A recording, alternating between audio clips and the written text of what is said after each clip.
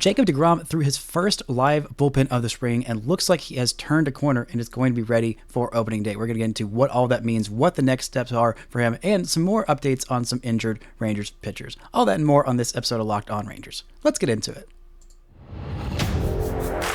You are Locked On Rangers, your daily Texas Rangers podcast. Part of the Locked On Podcast Network, your team every day.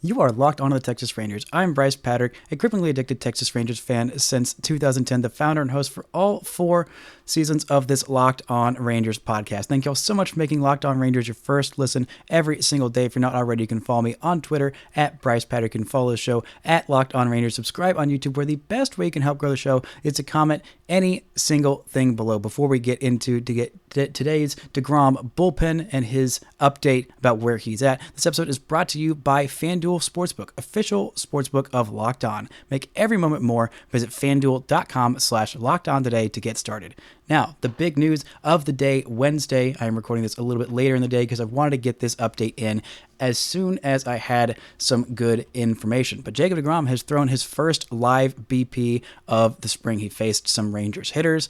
He threw to Jung, and he looked absolutely fantastic. This was his most intense bullpen session to date, and he felt really, really good about it. He threw 35 pitches in 2 innings of live BP. He was sitting 98 to 99 and even touched triple digits in the last pitch of the first inning of his simulated BP. His changeup sat 90 miles an hour. Said he felt really good about all of his pitches. So earlier, when he was starting off throwing his bullpens, he was throwing about 75% effort, was really just throwing fastballs. Now he's mixing in his changeup, his slider, his curveball, and says he feels good about all of them. And, Jonah Heim had some really high praise for Jacob deGrom. He called it special, and he was one of the 5 hitters to face him.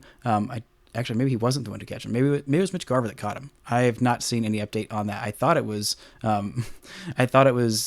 Jonah Heim who was catching him, but I guess he was hitting against him as well. But he said his fastball is just different. There's a reason that we signed him, and he said that's the only way that he could describe it. He said, if I have swung at the first 2 pitches, I feel like I would have been 6 hours late on them both. It's really hard to put into words how to describe it. It's just different. And man, that's what the Rangers thought they were getting. It seems like that is the guy they are getting. So we are going to give an update on the deGrom rankings. We are at deGrom 5, the most calm, the most chill, the most normal of all the deGrom rankings. Everything is good. Everything is wonderful. And it feels like, we might see him in a game fairly soon. Bochy guessed there might be time to get about 3 games in between now and the end of spring training. That would probably put him throwing around somewhere between 60 and 70 pitches by the end of those 3 games. And he said that it is possible, quote, possible, that the next step is pitching in a game. So we don't know exactly what that is going to look like. So let's just go ahead and speculate wildly, because why not? This is the podcast. That is what we do.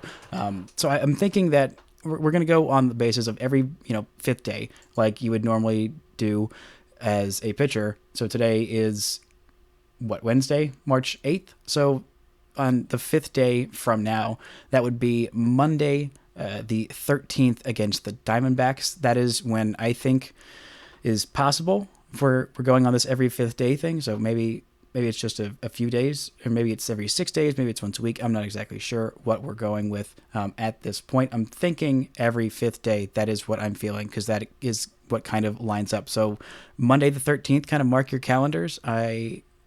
I'm noticing that game is only going to be on MLB.com radio broadcast, and I'm sure if deGrom is going to be pitching his first game for the Rangers, I'm sure some things might change, some things might open up. I'm looking at just for these games throughout that next week, and I'm not seeing any games that is televised next week, the 12th through the 18th, which is kind of annoying.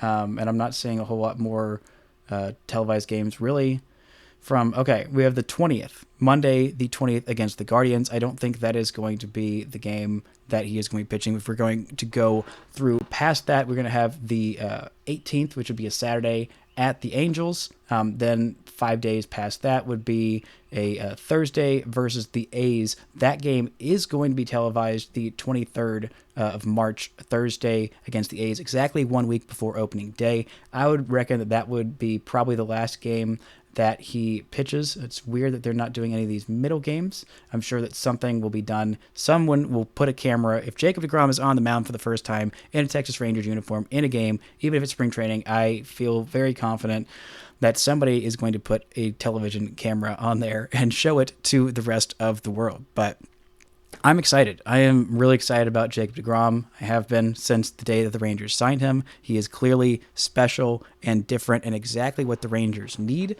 And he was throwing 99. And you know who else thinks that Jacob deGrom is 99? That's MLB The Show. They rated him 99 overall, one of 5 different players to receive a perfect rating in MLB The Show. He is the only player who is a pitcher only. Shohei Ohtani is one of the other ones, so technically he is also a pitcher who is rated 99 overall, but that list of 99 players includes Shohei, Mike Trout, Aaron Judge, Paul Goldschmidt, and Jacob deGrom. That is 5.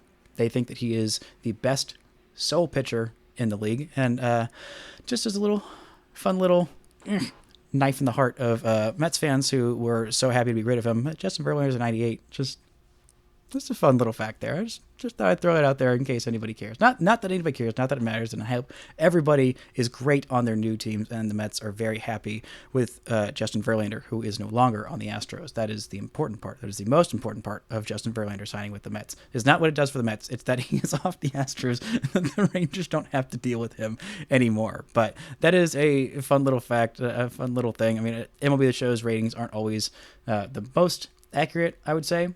I feel like they do a decent job. It's really hard to do that. I'm always curious how they come up with that. I wonder if they have a scouting team on there, or maybe they just kind of pull internally some major league scouts who are scouting major leaguers and rating how good they are, or just hire a bunch of ex-scouts to kind of do that. I think that would be really interesting. Or maybe they're using a bunch of different, whatever they're using, doesn't matter. Jacob deGrom is one of the best pitchers in baseball, and I'm glad that MLB The Show realized it as well. And I am just so excited that he is progressing like he is. I mean, it's about time. I am so ready, so anxious to see him get on the hill in a Rangers uniform and just absolutely throw gas, blow guys away, and look absolutely incredible. I am just so freaking ready for it during spring training. I'm ready for it for opening day. I can pause and wait for it. And it seems like, his last, I'm not sure if that 60 to 75 pitches mark is going to be where he is at in that third spring training game, which would probably be somewhere around a week before his first start.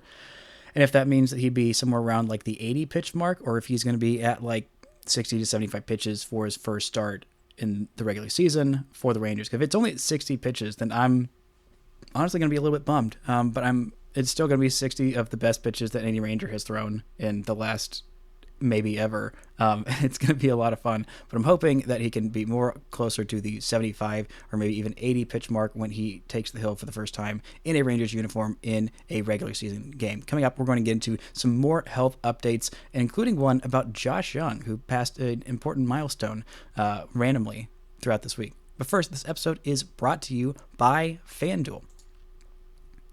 It's the midway of the NBA season, and now is the perfect time to download FanDuel, America's #1 sportsbook, because new customers get a no-sweat first bet up to $1,000. That's bonus bets back if your first bet doesn't win. Just download the FanDuel Sportsbook app. It is safe, secure, and super easy to use as well. Then you can bet on everything from the money line to point scores and threes drained. If you want to bet on the Dallas Mavericks and Kyrie and Luka throwing up a bunch of buckets and scoring a whole bunch of points and maybe or maybe not getting the win, you can go ahead and do that, because FanDuel, they let you even combine bets for a chance at a bigger payout with the same game parlay. So don't miss your chance to get your no sweat first bet up to $1,000 in bonus bets when you go to FanDuel.com/lockedon. That's FanDuel.com/lockedon to learn more. Make every moment more with FanDuel, an official sports betting partner of the NBA.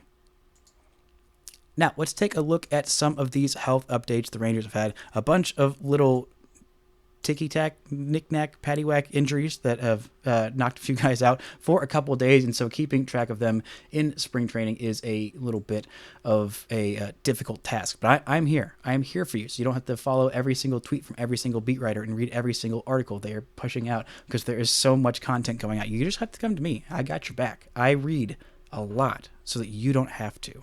Josh Jung is healthy. That is the update. He has not been hurt. That is not part of the big update of all these guys, but it is something that I think is important and something that we should, not take for granted. I think that it is really an underrated big part of this spring training, because at 17, in his 17th plate appearance of the spring, which I believe happened on Monday, I think Evan Grant was the one who wrote about that.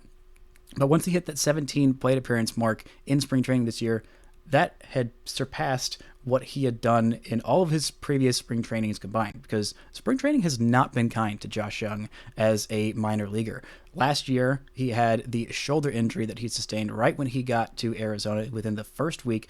Before the lockout was even done, he was there and, doing his due diligence and, getting out there, getting ready, putting in the work, and he had the shoulder injury that kept him out until the end of July. Thought was going to keep him out for the rest of the year.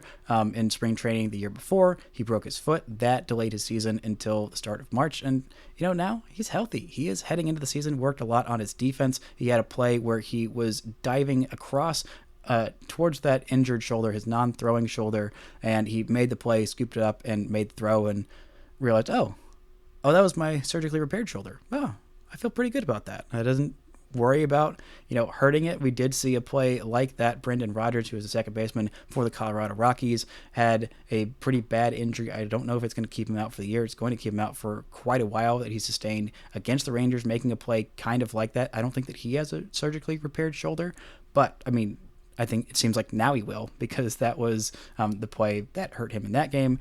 And Josh Jung was like, oh, well, now I kind of feel like myself. The defense has been much improved. Last year, I was a little concerned with his defense.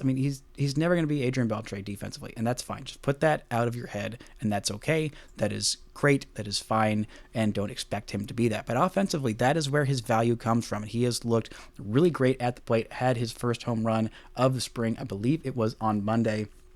And he is looking like himself at the plate. A lot of these projections are not super accurate on Josh Jung, be it from FanGraphs or from Baseball Reference especially, is like, I don't know what the deal is with this projection, but they give it a 30% reliability. They have him projected for only 251 plate appearances, which that alone is like red flag. He's going to be the opening day starting third baseman. He's going to be a big part of this offense, a big part of this team, and that is just not going to happen. They have him hitting 238 with an on base of 292 and slugging 409, a 701 OPS.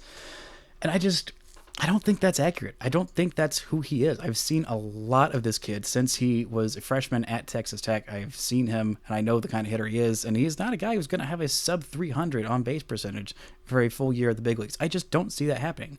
FanGraphs is pretty similar. They have his batting average being up at 241, but they have his on base at 295.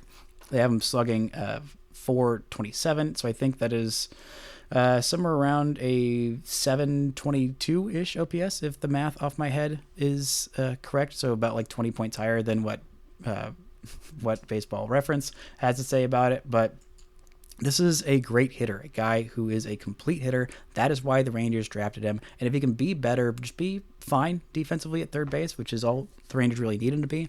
I had some thoughts about maybe putting Ezekiel Duran there at third base. His offensive ceiling is not what Josh Jung's is, but defensively he's got a cannon for an arm, which Jung's arm last year was really kind of not great. It seems like it's been a little bit better this year. The shoulder injury, again, like I said, was on his non-throwing shoulder, so that wasn't something that was affecting his throwing. Seems like it's been a little bit better, a little bit more accurate, a little bit stronger this year. He's not going to have the cannon of an arm that some third basemen had, like Joey Gallo back when he was a third baseman, or Manny Machado. But it's solid. It's enough to do the job. And offensively, he is going to more than carry his weight there as one of the, I think, going to be a pretty decent part of this Rangers lineup in the middle third of that order. And I think he, like like Mitch Garver, both those guys offensively, I think are going to be two really key pieces to how well this offense stacks up with the best in the American League West. And I think that he is going to play a big part of that. Just having him healthy, having him be a part of this team. I mean, he probably could have been up in the big leagues at some point in 2021. I feel very confident in saying that if he had been healthy that year, might have gotten a cup of coffee at the end of that year. And I think would have been the opening day third baseman last year if not for that shoulder injury. Got to see him for a little bit in the big leagues. Was not his best showing. It looked out of character for the numbers that he was putting up with the really incredibly low walk rate. It took him forever to get his first walk, and there are a few different plate appearances where he probably could have had his first walk that calls just didn't go his way. But he was pushing a little bit. I mean, he was pushing really hard to get to the big leagues. He did homer in his first at-bat, and that was a really incredible moment. Something that he said he wanted to do from the time that he was a kid. He's like, I want to get to the big leagues, and I want to homer my first at-bat. Well, congratulations, you freaking did it. Now, the rest of his time at the big leagues wasn't the most impressive, but he held his own. He had a .654 OPS in those 102 plate appearances. Looked like a big leaguer. I think he still technically has his rookie eligibility. I think it's 100 or 150 plate appearances. He is at at bats. He is at 98 at bats, 102 plate appearances, and so he is right on the cusp. That's why I didn't include him in my. I don't think I included him in my top Rangers prospect rankings. Maybe I did. Actually, I think I did. But anyway, he is right on that cutoff. Will have rookie eligibility. Could be in that rookie of the year race this year. And I am really, really excited to see what he can do with an everyday spot and being a big part of this Rangers team. And the fact that he's just healthy heading into the year in spring training. If he can just get him through the end of spring training, that was really my goal for Josh Jung. It's like, I don't care what his numbers look like. I don't care what he looks like really at all. Just get him through healthy, no big months-long injury sustained. But there are a few guys who are coming back from some injuries. Jon Gray is back as of Wednesday, finished his outing, went 3 scoreless innings, looked pretty good, had a strikeout, 1 hit, no walks in his 3 innings of shutout work in this Wednesday game. Good to see him back on the hill. He missed his last start due to some neck tightness, threw a bullpen on Sunday, and they're like, all right, you're back. Felt good, and put him back out there. Jose Leclerc is back in pitching after neck stiffness caused him to miss the World Baseball Classic. Sam Huff is back in the lineup. I didn't see any really update. I just saw him. He was in the lineup. Like, all right, cool. He had that shoulder stiffness, so I'm still not sure how 100% he is, but he's playing, so I'm thinking he's pretty much 100%. Still don't think that he's going to necessarily make the opening day roster. But another guy who I am more certain is I guess also in question, that I was more certain was going to make the opening day roster, that I'm now not as certain, is Jake Odorizzi. He might not be ready for opening day. He has got some arm fatigue. He is still throwing bullpens. He is throwing, I believe, a light bullpen today, but it seems like he might not be quite ready for opening day. We are 22 days away from opening day. There are 16 days with spring training games left in them, so that is why I think Bochy said they thought they could get about 3 spring training games in for Jacob deGrom, and I think that sounds about right. Again, we don't know when those games are going to be, how much he's going to pitch and whatever, but we'll see. But Jake Odorizzi has had some arm fatigue, and they are still working him back slowly. What happens with him, I'm not entirely sure. They're planning on having him as a multi-inning reliever on the opening day roster, but it seems like that might not be happening. Speaking of that opening day roster, on Friday's show, I will be doing version 2 of my opening day roster projection. I'll have to factor in some of these injuries and some of these signings, like the Will Smith signing and Mark Mathias being gone. By the way, Mark Mathias has been set to the Pittsburgh Pirates for a player to be named later. He was DFA'd on Saturday when the Rangers signed Will Smith. Talked about Will Smith and about Mark Mathias in Tuesday's episode, so go check that out if you want more on that. Nate Eovaldi is still not throwing as of Monday. I have not seen any update of him starting to throw, but don't worry about him being too far behind schedule. He came into camp extra ready because he thought he was going to pitch in the World Baseball Classic. But alas, that is not happening because of a weird insurance situation that also Clayton Kershaw, I believe, ran into, just trying to find their own insurance because Major League Baseball insurance doesn't cover it. I don't know. I'm kind of very confused by the whole situation of insurance in baseball about what they cover and all that nonsense, because I'm sure it's very, very complicated. And the fact that the World Baseball Classic is basically put on by it is put on by Major League Baseball and the Players Association, who both want this to happen. I'm really confused as to why so many guys' insurance doesn't cover that. And it's not like it's a new thing. It's been happening for a while, and it was pretty obvious that everyone was going to want to participate in it. And I don't know what the whole deal is with that. But anyway, the point is, don't worry about him being too far behind schedule. He came in extra ready to pitch in that World Baseball Classic, so him having a few days off is not setting him back too far. But again, the Rangers have been fairly cautious with all of their guys. The only pitchers that I'm fairly certain are going to be like 100% ready to go full tilt from opening day. It seems like John Gray is probably going to be fully ready.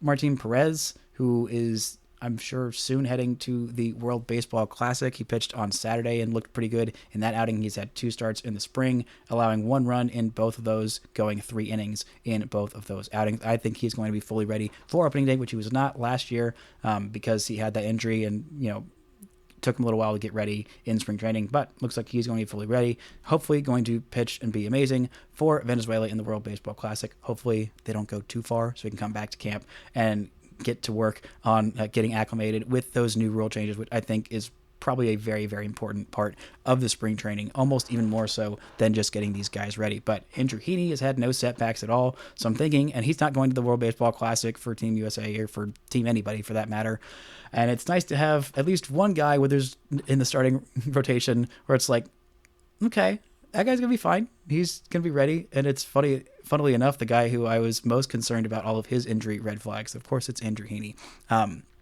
But one guy who we did get a little bit more of an update on, who is not a starting pitcher, who I thought was going to be on the opening day roster, and now it's kind of questionable, is Leody Taveras. I talked extensively about his injury on Monday, who that might open up spots for, a lot about Evan Carter, who is still very, very impressive in camp for everybody, still in camp at the big league level, and getting some games in and facing big leaguers, and unsurprisingly is not at all scared, because that's him. He is not scared to face advanced competition. That is what he has done for his entire career. But Leody, it seems like it'll take a couple weeks probably for him to get back on the field. I believe it was Bruce Bochy who gave that most recent update. And so, yeah, if you want to know more about what the center field situation is going to be, go check out that Monday episode. It's a very, very good episode. So you should go check it out anyway. And if you already listened to it, then maybe go listen to it again. I don't know if you want, but yeah, that is kind of where that stands. I think that is going to throw a whole monkey wrench into everything if Leody is not ready for opening day. We got to see some good outings out of Bubba Thompson, who homered in a game this week while playing center field. That was really encouraging. There was also another game where Corey Seager homered as well. I think it was Tuesday's game where the Rangers just kind of went buck wild offensively, got an opposite field home run from Corey Seager, a Bubba Thompson home run, and that Josh Jung home run as well. Cole Winn worked a couple of innings, only had 1 walk in 2 innings of work, which was the main thing that I'm watching for from him. Got to see a little bit of Josh Spores get roughed up, and I think that the Rangers really, really like Spores. He's out of minor league options. I still have no idea what to make of Josh Spores.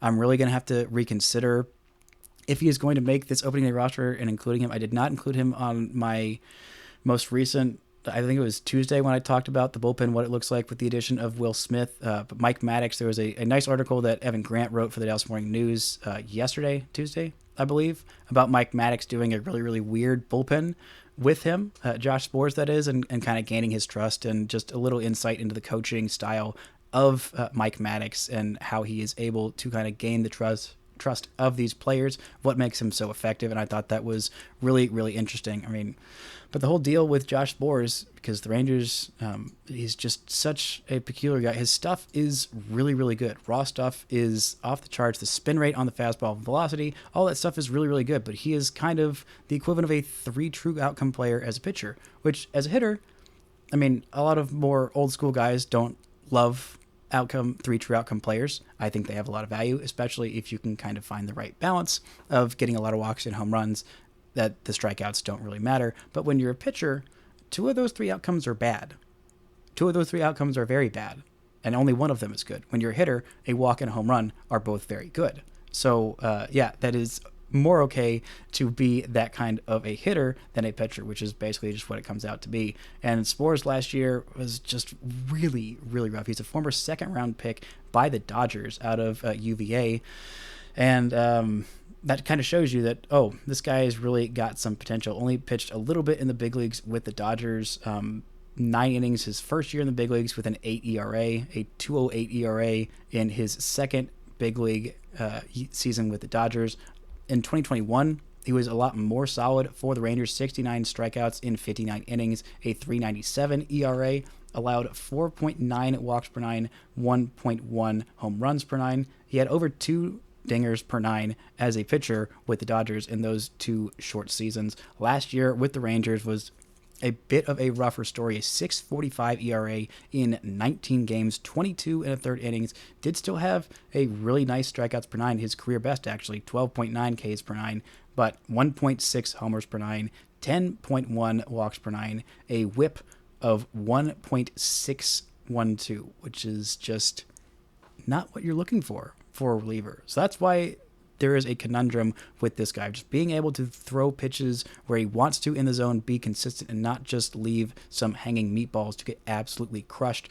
Working on low fastballs is one of the things that Mike Maddox has been working with him, and just being more consistent when he's in the zone.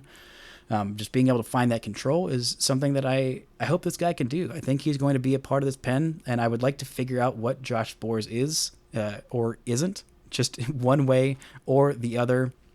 I'm excited about his potential. I've seen some outings where he's looked really good, seen some outings where he's looked really bad, seen probably more of those, especially last year. But there's a guy who I think could play an important role in this pen. Is not going to be one of the highest leverage guys this year, unless he starts figuring out how to stop walking guys so much and stop leaving the ball up and getting smacked out of the yard. That would be a very helpful thing to maybe one day. His stuff kind of indicates that he could be a back-end reliever type of guy. But the consistency, I mean, you can have all the stuff of the world, but if you don't have the consistency with it and the ability to throw it where you want to, or at least mostly where you want to, it doesn't have to be pinpoint Jacob deGrom level precision with Jacob deGrom level stuff. It's just like kind of get more of an idea of what you want to do with it and be able to execute it more often.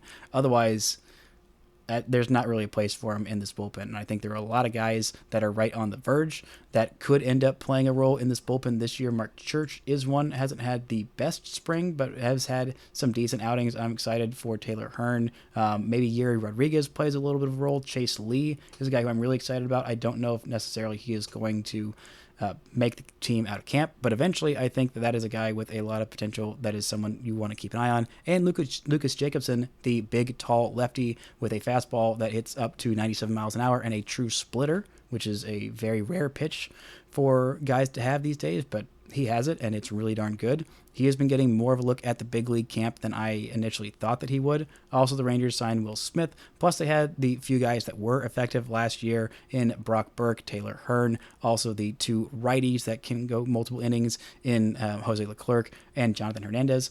That's the thing that I am most excited about this Rangers bullpen, is that the Rangers, 4 guys who I think would be the most high leverage are those 4 that I just named. Taylor Hearn, Brock Burke, maybe Hearn's probably number 4 on this list, but he's still going to be a high leverage guy, but also Jonathan Hernandez and Jose Leclerc. And all of those guys, the thing about them that I love is that they can go multiple innings if you need them. They can go, I'd say, up to 3 innings at least with Brock Burke, and Hearn I think as well. We've seen him go for some longer bullpen outings and still have that nasty stuff. Unfortunately, his stuff wasn't quite as nasty when he got into the starting rotation. I'm kind of bummed that it didn't work out with Taylor Hearn as a starter. But what we saw from him in the pen, I think people are forgetting how effective he was as a reliever. Those numbers are really hard to fix and get the right side of when you have such bad numbers, to be frank, as a starter. It kind of really tanks your whole ERA and all of your strikeouts per nine and all of the, the things that you like to check for a reliever. And it kind of throws out the context there because so much of your time is spent as being a subpar starter that when you have really good numbers as a reliever, it kind of skews all of those. But having all of those, your top 4 guys, being able to go multiple innings in situations when you need them. I think that is going to be a huge, huge plus for the Rangers. I don't know how much Will Smith can do that, and I don't know how much some of the other guys, like we just said, Josh Sborz, is going to be able to do that. I think we've had a few outings of him doing that and going multiple innings, but having guys who have that ability to go multiple innings when you need them, and having 4 of them, so that if you use a couple of them in multiple days, or you use one of them to go like 3 innings, then you have a lot more of that reliability, and they're guys you can trust against righties and lefties. That's what I really, really like about this pen, and I think is something that Bruce Bochy is probably going to like about his pen. He is very particular about how he uses his bullpen, and is one of the things that he does the best, especially in the postseason, and one of the hallmarks of a great, great manager. So I'm excited about these weapons that the Rangers are getting in their pen. Mostly excited, cautiously optimistic about these health updates, especially about Jacob deGrom.